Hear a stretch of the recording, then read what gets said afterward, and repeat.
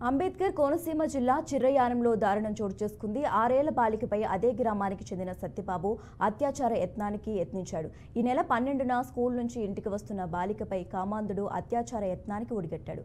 బాలిక కేకలు వేయడంతో స్థానికులు ఘటనాస్థలికి చేరుకోగా అప్పటికే సత్యబాబు పరారయ్యాడు. బాధితురాలి తల్లిదండ్రుల ఫిర్యాదుతో కేసు నమోదు చేసుకున్న పోలీసులు నిందితుడి కోసం గాలిస్తున్నట్లు తెలిపారు.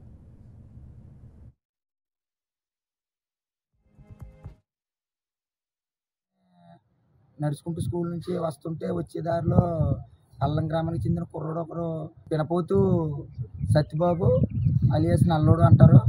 అయితే ఆ కుర్రోడు వెళ్ళే దారిలో పాపను చూసి తోటలోకి లాక్కెళ్ళాడంటండి. రెక్క పట్టుకుని లాక్కెళ్ళి బట్టలు అయ్యి తడివాడంట. తడిగితే పాపకు భయం వేసి కేకలు అయ్యి పెట్టిందంట. కేకలు అయ్యి పెడితే ఆడు వదిలేసి పరిగెట్టాడంట. నాన్న ఇలాగ నన్ను ఇలాగ తోటలో తీసుకెళ్ళి ఎవరో కుర్రోడు ఇలా ఇలా చేశాడో చెప్పేసి వాళ్ళ అమ్మతో చెప్తే వాళ్ళ అమ్మ నాకు చెప్తుంది. నేను అన్న బండి వేసుకుని వెళ్ళాను.